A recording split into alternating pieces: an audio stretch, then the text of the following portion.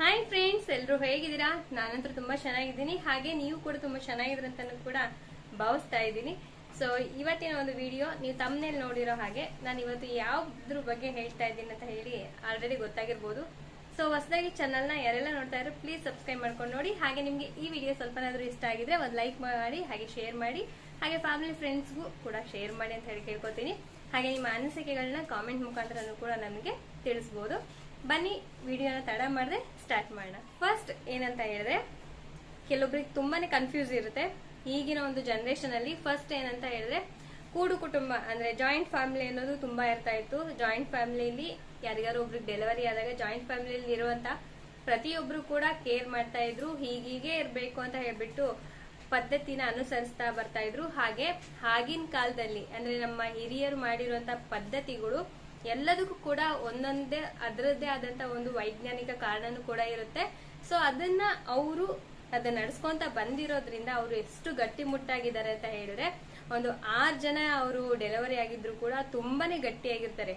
ಆದ್ರೆ ಇವಾಗಿನ ನಮ್ಮ ಒಂದು ಜನರೇಷನ್ ಹೇಗಿದೆ ಅಂದ್ರೆ, 1 ಮಗು ಆಯ್ತು ಇಲ್ಲ 2 ಮಗು ಆಯ್ತು ಅಂದ ತಕ್ಷಣನೇ ಬ್ಯಾಕ್ ಪೇನು, ಸೊಂಟ ನೋವು, ಕಾಲ್ ನೋವು, ಕೈ ನೋವು, ಹಾಗೆ ಹೀಗೆ ಅಂತೆಲ್ಲ ಹೇಳ್ತೀವಿ. ಬಟ್ ಅವರಿಗೂ ನಮಗೂ ಹೋಲಿಸ್ಕೊಂಡ್ರೆ ಅಜಗಜಾಂತರ ವ್ಯತ್ಯಾಸ ಅಂತ ಹೇಳ್ಬೋದು.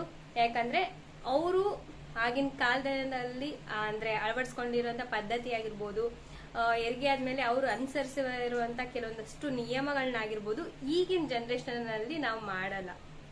30% ಅಲ್ಲ, ಒಂದು 50% ವರೆಗೂ ಮಾಡಲ್ಲ. ಇನ್ನು 50% ಇನ್ನೂ ಕೂಡ ಜನರೇಷನ್ ಅವರು ಕೆಲವೊಬ್ರು ಮಾಡ್ತಾ ಬರ್ತಾ ಇದ್ದಾರೆ. ಇನ್ನೂ ಕೂಡ ಅದನ್ನ ಮಾಡ್ಬೇಕೋ ಬೇಡವೋ ಅನ್ನೋದನ್ನ ಕನ್ಫ್ಯೂಸ್ ತುಂಬಾನೇ ಜನರಿಗೆ ಇರುತ್ತೆ. ಸೊ ಅದನ್ನ ನಾನು ಇಲ್ಲಿ ನಿಮ್ಗೆ ಒಂದ್ ಸ್ವಲ್ಪ ಎಕ್ಸ್ಪ್ಲೈನ್ ಮಾಡ್ತೀನಿ. ಏನಂದ್ರೆ, ಕೆಲವೊಂದಷ್ಟು ಅವರು ಮಾಡ್ತಿದ್ದಂತ ಕೆಲವೊಂದಷ್ಟು ಟಿಪ್ಸ್ ಏನಂತ ಹೇಳಿದ್ರೆ, ಅವಾಗಿನ ಕಾಲದಲ್ಲಿ ಮೆಂತೆ ಮುದ್ದೆ ಊಟ ಮಾಡ್ತಾ ಇದ್ರು, ಕೆಲವೊಂದಷ್ಟು ಆಹಾರ ಪದ್ಧತಿಗಳನ್ನ ಕ್ರಮಗಳನ್ನ ಅನುಸರಿಸ್ತಾ ಇದ್ರು. ಹಾಗಾಗಿ ಅವರು ಗಟ್ಟಿ ಮುಟ್ಟಾಗಿದ್ರು. ಬಟ್ ಇವಾಗಿನ ನಮ್ ಜನರೇಷನ್ ಏನಾಗಿದೆ ಅಂದ್ರೆ, ಯಾವ್ದನ್ನು ಕೂಡ ನಾವು ಸರಿಯಾಗಿ ಅನುಸರಿಸಲ್ಲ. ನೀರ್ ಜಾಸ್ತಿ ಕುಡಿಬಾರಂತ ಆ ಟೈಮಲ್ಲಿ ಹೇಳ್ತಾ ಇದ್ರು. ಬಟ್ ನಾವ್ ಈಗ ಏನಂದ್ರೆ ನೀರನ್ನ ಅತಿಯಾಗಿ ಕುಡಿತೀವಿ. ಹಾಗೆ ಏನಂದ್ರೆ, ಕೆಲವೊಂದಷ್ಟು ಆಹಾರ ಪದ್ಧತಿಗಳನ್ನ ನಾವು ಕಟ್ಟುನಿಟ್ಟಾಗಿ ಮಾಡೋದಿಲ್ಲ. ಅದರಿಂದ ಮಕ್ಕಳಿಗೆ ಕೆಲವೊಂದಷ್ಟು ಡೈಜೆಷನ್ ಪ್ರಾಬ್ಲಮ್ಸ್ ಬರುತ್ತೆ. ಹಾಗೆ ನಮ್ಗೆ ಇವಾಗ ಏನ್ ಕಾಡ್ತಾ ಇದೆಯೋ ಬ್ಯಾಕ್ ಪೇನು ಅಥವಾ ಸುಸ್ತು, ಪ್ರತಿಯೊಂದು ಕೂಡ ಇದರಿಂದ ನಮ್ಗೆ ಆಗೋದು.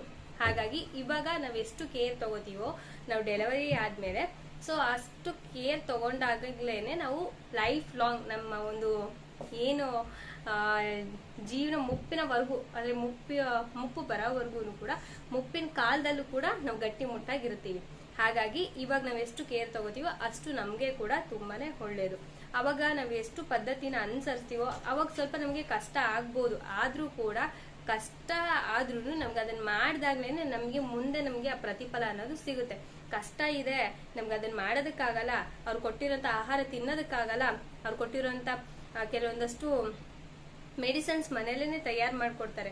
ಆ ಟೈಮಲ್ಲಿ ನಾವು ಅದನ್ನ ತಗೊಂಡ್ಲಿಲ್ಲ, ನಮ್ಗೆ ಅದು ತುಂಬಾ ಕಷ್ಟ ಆಗ್ತಿದೆ ಅಂತ ಹೇಳಿ ನಾವು ಲೇಜಿ ಮಾಡಿದ್ರೆ ನೆಕ್ಸ್ಟ್ ನಾವು ಅದನ್ನ ಅನುಭವಿಸ್ಬೇಕಾಗುತ್ತೆ. ಕೆಲವೊಂದಷ್ಟು ಬ್ಯಾಕ್ ಪೇನ್ ಆಗಿರ್ಬೋದು, ಮಳೆಗಾಲದಲ್ಲಂತೂ ಕೆರೆತ ಸ್ಟಾರ್ಟ್ ಆಗ್ಬಿಡುತ್ತೆ. ಮೈಯೆಲ್ಲ ನವೆ, ಸುಮ್ನೆ ತಡ್ಕೊಳೋದಕ್ಕಾಗಲ್ಲ, ಅಷ್ಟು ನವೆ ಎಲ್ಲ ಬರ್ತಾ ಇರುತ್ತೆ. ಹಾಗೆ ವಿಪರೀತ ತಲೆನೋವು ಬರೋದು, ಇಲ್ಲಾಂತ ಹೇಳಿದ್ರೆ ಈ ತರ ಬೋನ್ಸ್ ಇರುತ್ತಲ್ವಾ, ಹಿಂಗ್ ಮಂಡಿ, ಈ ತರ ಮೊಣಕೈಗಳು ನೋವು, ಕಾಲ್ ನೋವು, ಮಂಡಿ ನೋವು, ಮತ್ತೆ ಬ್ಯಾಕ್ ಪೇನ್ ಎಲ್ಲ ಬರ್ತಾ ಇರುತ್ತೆ. ಸೊ ಅವ್ರು ಮಾಡಿದಂತ ಕೆಲವೊಂದಷ್ಟು ಪದ್ಧತಿಗಳಿದಾವು. ಆ ಪದ್ಧತಿಗಳನ್ನ ನಾವು ಹಿರಿಯರು ಯಾಕೆ ಹೇಳ್ತಾರೆ ಅಂದ್ರೆ, ಅವಾಗ ನಮ್ಗೆ ತುಂಬಾ ಕಟ್ನಿಟ್ಟಾಗಿ ಹೇಳ್ತಾರೆ, ಇದ್ ಮಾಡ್ಲೇಬೇಕು ನೀವು ಅಂತ ಹೇಳ್ತಾರೆ. ನಾವ್ ಅದನ್ನ ಮಾಡಿದ್ರೆ ನಾವು ಲೈಫ್ ಲಾಂಗ್ ನಾವು ಚೆನ್ನಾಗಿರೋದಕ್ಕೆ ಸಾಧ್ಯ. ಅವ್ರು ಯಾಕೆ ಅಷ್ಟೊಂದು ಸ್ಟ್ರಿಕ್ಟ್ ಆಗಿ ಹೇಳ್ತಾರೆ ಅಂದ್ರೆ, ಈಗಿನ ಜನರೇಷನ್ ಅವರು ಅದನ್ನ ಯಾವ್ದು ಮಾಡೋದಿಲ್ಲ, ಅದನ್ನ ಯಾವ್ದು ಕೇಳೋದಿಲ್ಲ ಅನ್ನೋ ಕಾರಣಕ್ಕೇನೆ ಅವ್ರು ಆತರ ಮಾಡ್ತಾರೆ.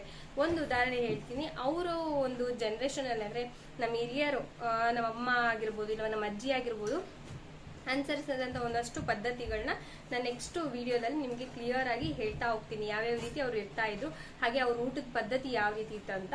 ಇವಾಗ ಒಂದೊಂದೇ ಹೇಳ್ತೀನಿ. ಏನಂದ್ರೆ, ಅವಾಗಿನ ಕಾಲದಲ್ಲಿ ಜಾಸ್ತಿ ನಮ್ಗೆ ಬೇಗ ಗಾಯ ಎಲ್ಲ ವಾಸಿಯಾಗ್ಲಿ ಅನ್ನೋ ಒಂದು ಕಾರಣಕ್ಕೆ ಏನಂದ್ರೆ, ಮನೆಯಲ್ಲೇನೆ ಗೋಧಿ ಮುದ್ದೆ, ಮೆಂತೆ ತಂಬುಳಿ ಅಂತವನ್ನೆಲ್ಲ ಮಾಡ್ಕೊಂಡು ತಿಂತಾ ಇದ್ರು. ಹಾಗೆ ಕೆಲವೊಂದಷ್ಟು ಆರೋಗ್ಯಕರವಾಗಿರ್ಬೇಕು ಮಕ್ಕಳು ಕೂಡ, ಹಾಗೆ ತಾಯಿ ಕೂಡ ಆರೋಗ್ಯವಾಗಿರ್ಬೇಕಂತ ಹೇಳ್ಬಿಟ್ಟು ಕೆಲವೊಂದಷ್ಟು ಆಹಾರ ಕ್ರಮಗಳನ್ನು ಕೂಡ ಅವ್ರು ಅನುಸರಿಸ್ತಾ ಇದ್ರು. ಸೊ ಅದನ್ನ ಅನುಸರಿಸೋದ್ರಿಂದ ಯಾವುದೇ ರೀತಿ ನಮ್ಗೆ ಸೈಡ್ ಎಫೆಕ್ಟ್ ಆಗೋದಿಲ್ಲ. ಡೈರೆಕ್ಟ್ ಎಫೆಕ್ಟ್ ಏನಂದ್ರೆ, ನಾವು ನ್ಯಾಚುರಲ್ ಆಗಿ ತುಂಬಾನೇ ಚೆನ್ನಾಗಿರ್ತೀವಿ, ಲೈಫ್ ಲಾಂಗ್ ಚೆನ್ನಾಗಿರ್ತೀವಿ. ಎಷ್ಟು ಗಟ್ಟಿಯಾಗಿರ್ತೀವಿ ಅಂದ್ರೆ ನಾವು ಹಿಂದಿನ ಕಾಲದಲ್ಲಿ ಅಜ್ಜ ಅಜ್ಜಿನ ಹೇಗೆ ನೋಡ್ತಾ ಇದ್ವಿ, ಎಷ್ಟು ಗಟ್ಟಿಯಾಗಿರ್ತಾ ಇದ್ರು ಅಷ್ಟೇ ಗಟ್ಟಿಯಾಗಿ ನಾವು ಕೂಡ ಇರ್ತೀವಿ. ಸ್ವಲ್ಪ ನಮಗೆ ಕಷ್ಟ ಆಗ್ಬೋದು, ಕಷ್ಟ ಆದ್ರೂ ಕೂಡ ಇಷ್ಟಪಟ್ಟು ಮಾಡಿದ್ರೇನೆ ಮುಂದೆ ನಮ್ಮ ಪ್ರತಿಫಲ ಅನ್ನೋದು ಸಿಗುತ್ತೆ. ಯಾವ್ಯಾವ ರೀತಿ ಆಹಾರ ಪದ್ಧತಿ ಇದೆ ಅಂತ ಹೇಳ್ಬಿಟ್ಟು ನಾನು ನೆಕ್ಸ್ಟ್ ವಿಡಿಯೋದಲ್ಲಿ ಹೇಳ್ತೀನಿ. ಐ ಹೋಪ್ ನಿಮ್ಗೆ ಇದು ಅಂದ್ರೆ ಕನ್ಫ್ಯೂಸ್ ಆಗಿದ್ರಲ್ವಾ, ಸೊ ಅದು ಕ್ಲಿಯರ್ ಆಗಿದೆ ಅಂತ ಅನ್ಕೋತೀನಿ.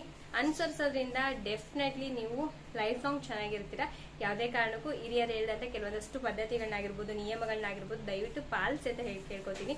ಯಾಕಂದ್ರೆ ನನ್ನ ತಾಯಿನೂ ಕೂಡ ಅದನ್ನೇ ನನಗೆ ಹೇಳಿದ್ದು.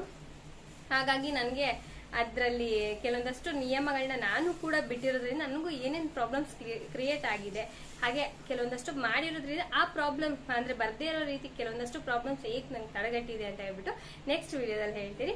ಇಷ್ಟು ಇವತ್ತಿನ ವಿಡಿಯೋ. ನಿಮ್ಗೆ ಈ ವಿಡಿಯೋ ಇಷ್ಟ ಆದ್ರೆ ಲೈಕ್, ಶೇರ್, ಕಾಮೆಂಟ್ ಮಾಡಿ ಫ್ರೆಂಡ್ಸ್. ಬೈ ಬಾಯ್.